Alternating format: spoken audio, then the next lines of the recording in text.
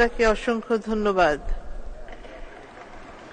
আমি এখন মাননীয় সদস্য জনাব রাশেদ খান মেনন বরিশাল 2-কে তার বক্তব্য রাখার আহ্বান জানাচ্ছি। আপনার সময় 10 মিনিট। ধন্যবাদ মাননীয় স্পিকার। ধন্যবাদ অভিনন্দন মাননীয় অর্থমন্ত্রীকে জাতীয় বাজেট উত্থাপনের জন্য। মাননীয় অর্থমন্ত্রী বিশ্ববিদ্যালয় জীবনে আমার সিনিয়র ভাই। আমরা যখন অর্থনীতি বিভাগে সেই সময় পাকিস্তানের 22 পরিবারের সম্পদ কুক্ষিগত করার বিরুদ্ধে, আঞ্চলিক বৈষম্য ও বড়লোক গরিবের বৈষম্যের বিরুদ্ধে লড়াই করেছি, তিনি তার সাথী ছিলেন। আমি আশা করেছিলাম 60-এর দশকের সেই, এবং তিনি কূটনীতি ক্ষেত্রেও একজন সফল এবং অনন্য ভূমিকা তিনি রেখেছেন। আমি আশা করেছিলাম সেই 60-এর দশকের নৈতিকতা এবং মুক্তিযুদ্ধের নৈতিকতার ভিত্তিতে তিনি একটি সাহসী বাজেট এখানে উত্থাপন করবেন। কিন্তু মাননীয় স্পিকার, আমি খুব দুঃখের সাথে বলছি যে আমার সেই আশা পূরণ হয়নি, বরঞ্চ আমাদের মাননীয় অর্থমন্ত্রী, সাবেক অর্থমন্ত্রীর পুরোনো পথেই হেঁটেছেন। মাননীয় স্পিকার, বাজেট আলোচনায় আমি গত 2 বছরে যে কথা বারবার বলেছি, একটি নিষ্ঠুর অলিগার্ক আমাদের অর্থনীতি নিয়ন্ত্রণ করছে। সেই অলিগার্কের স্বার্থেই আমাদের মূল্যস্ফীতি কমিয়ে আনা যায়নি।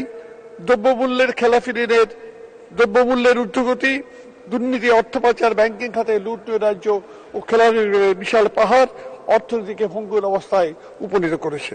মাননীয় স্পিকার, এর থেকে অর্থনীতিকে পুনরুদ্ধার জন ও রাষ্ট্রীয় জীবনে স্বস্তি ফিরিয়ে আনাই ছিল বর্তমান সময়ের জরুরি কর্তব্য।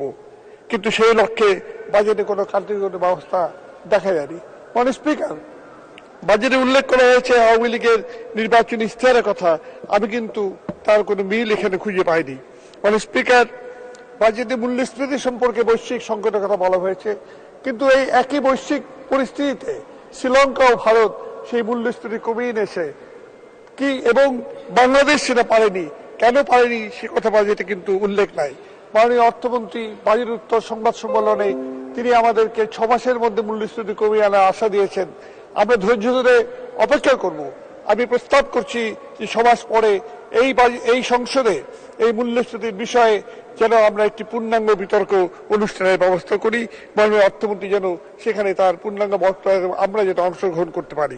মাননীয় স্পিকার, মূল্যস্ফীতির অভিঘাত সাধারণ মানুষকে বহন করতে হয়।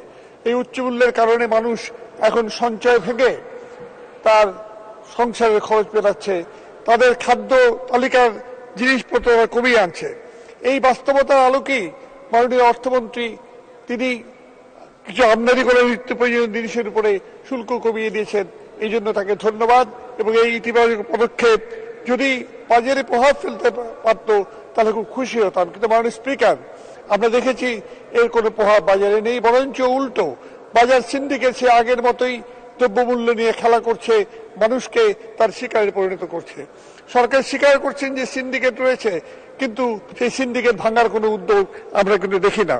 বরঞ্চ বাজারে পরোক্ষ করে বিস্তৃত বোঝার যে প্রস্তাব করা হয়েছে তা বাজারের উপরে এসে পড়বে এবং সেটা সাধারণ মানুষকে বহন করতে হবে। মাননীয় স্পিকার, এক্ষেত্রে টিসিবির ডিলারশিপ বাড়িয়ে দেওয়ার কথা বলা হয়েছে 1 কোটি ফ্যামিলি কার্ডের কথা। এটা ঠিক যে এর ফলে গরিব মানুষের কিছু অংশ সুবিধা পাবে, কিন্তু নিম্নবিত্ত এবং মধ্যবিত্তের বিশাল অংশ তারা কিন্তু এর সুফল ভোগ করবে না। এই ক্ষেত্রে আমি বঙ্গবন্ধু স্বাধীনোত্তরকালে সেই পরিস্থিতিতে যে স্ট্যাটুটরি রেশনিং এবং মডিফাইড রেশনিং চালু করেছিলেন, আমি সেটা চালু করার কথা বলছি। এখন আর আমাদের এর জন্য বিদেশের দিকে 480 গমের দিকে তাকিয়ে থাকতে হবে না। আমাদের খাদ্য দিয়েই আমরা এই রেশন ব্যবস্থা, আমাদের উৎপাদন দিয়ে এই রেশন ব্যবস্থা আমরা চালু করতে পারি। মাননীয় স্পিকার, আমি আর কিছু না হোক মাননীয় অর্থমন্ত্রীকে শ্রমিকাঞ্চলের রেশনিং ব্যবস্থা চালু করার জন্য অর্থমন্ত্রীকে স্মরণ করে দেব। মাননীয় স্পিকার, আপনি জানেন বঙ্গবন্ধু শেষ সময় পর্যন্ত বৈষম্যের বিরুদ্ধে কথা বলেছেন। তার সেই বাংলাদেশ এখন উচ্চ বৈষম্যের দেশ, কিন্তু তার স্বীকৃতি বাজেটে নেই।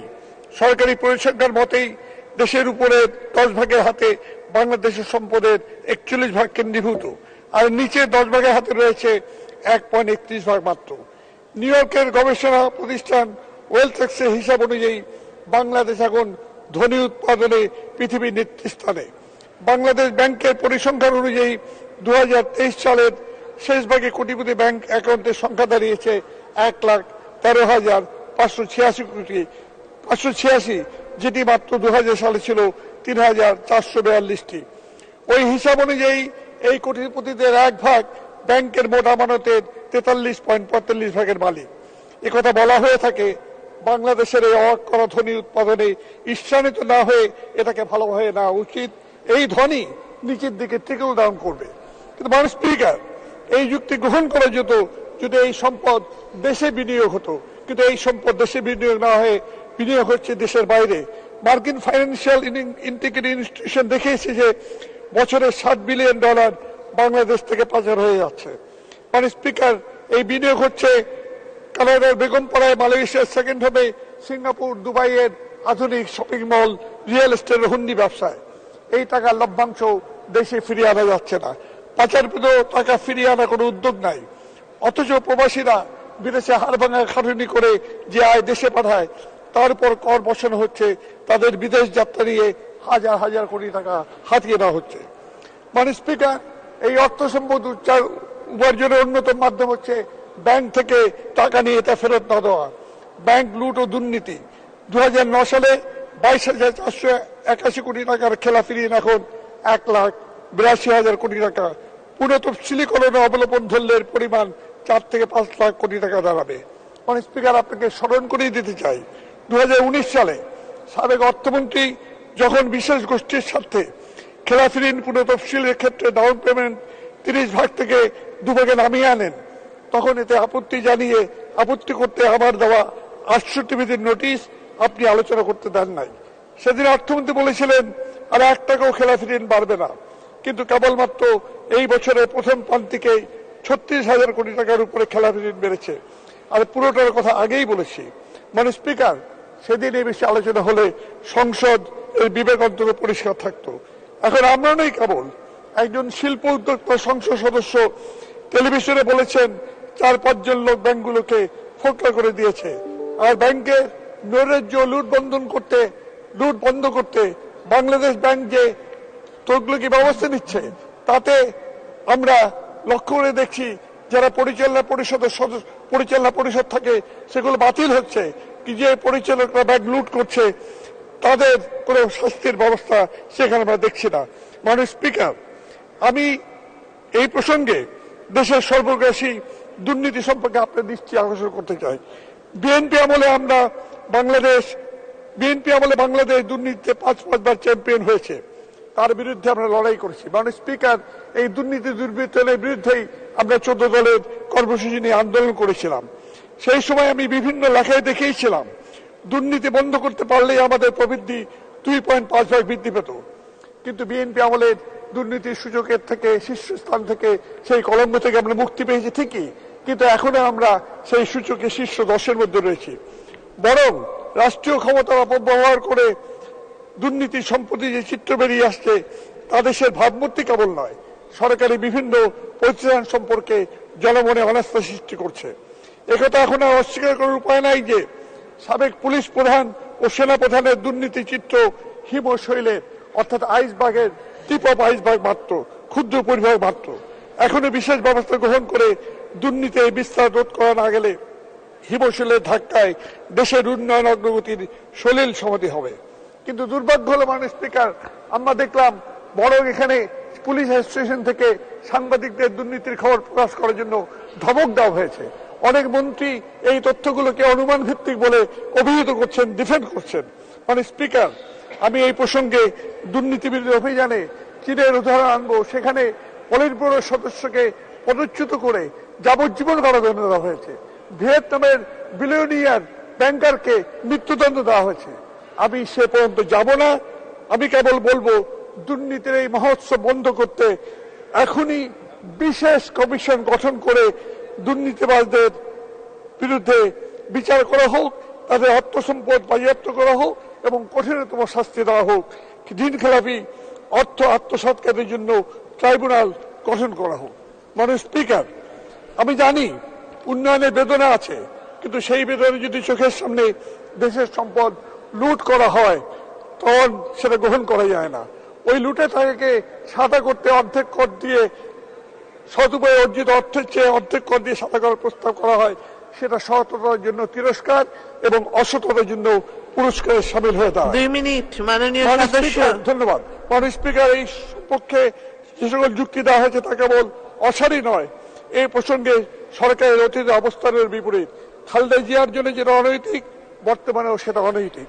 আশা করি অর্থমন্ত্রী এই প্রস্তাব প্রত্যাহার করে সংসদকে দায়ভার থেকে রেহাই দেবেন।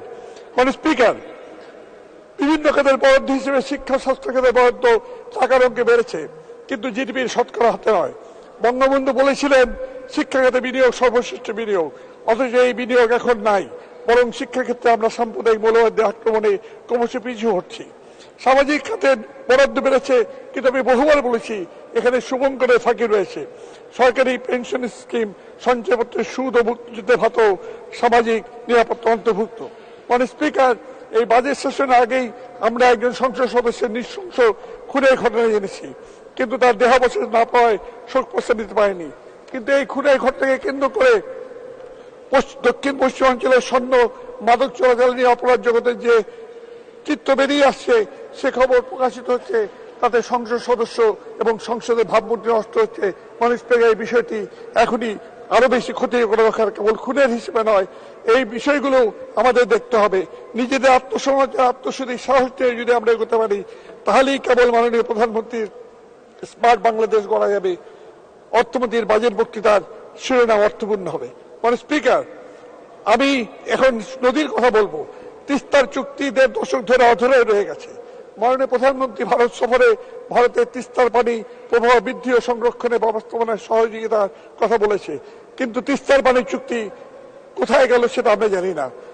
তিস্তার পানি বন্টন চুক্তি না করে এই সহযোগিতা গাছের গোড়া কেটে উপরে দিয়ে পান ঝরার সামিল।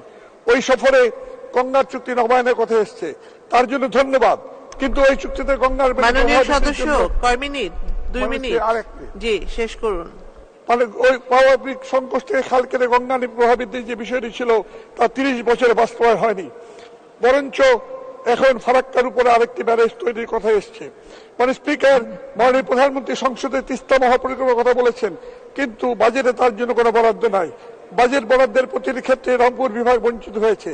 এই আঞ্চলিক বৈষম্য দূর করে তিস্তা সহ উত্তরবঙ্গের জন্য সমবরাদ্দের ব্যবস্থা নিতে হবে। তিস্তা নিয়ে যেন আমরা ভূ রাজনীতির দৈরথের শিকার না হই। প্রয়োজনে পদ্মা সেতুর মতন নিজেদের অর্থায়নে তিস্তা কর্তৃপক্ষ গঠন করে তিস্তা মহাপরিকল্পনা বাস্তবায়ন করতে হবে। পরিবেশ রক্ষায় মাননীয় প্রধানমন্ত্রী চ্যাম্পিয়ন অব আর্থ ভূষণে ভূষিত হয়েছেন। জলবায়ু পরিবর্তনের লড়াইয়ে পৃথিবীতে তার নেতৃত্ব অব্যাহত থাকবে, সেই আশা করছি। মাননীয় স্পিকার, আমি এখন দক্ষিণাঞ্চল অঞ্চল থেকে নির্বাচিত সংসদ সদস্য।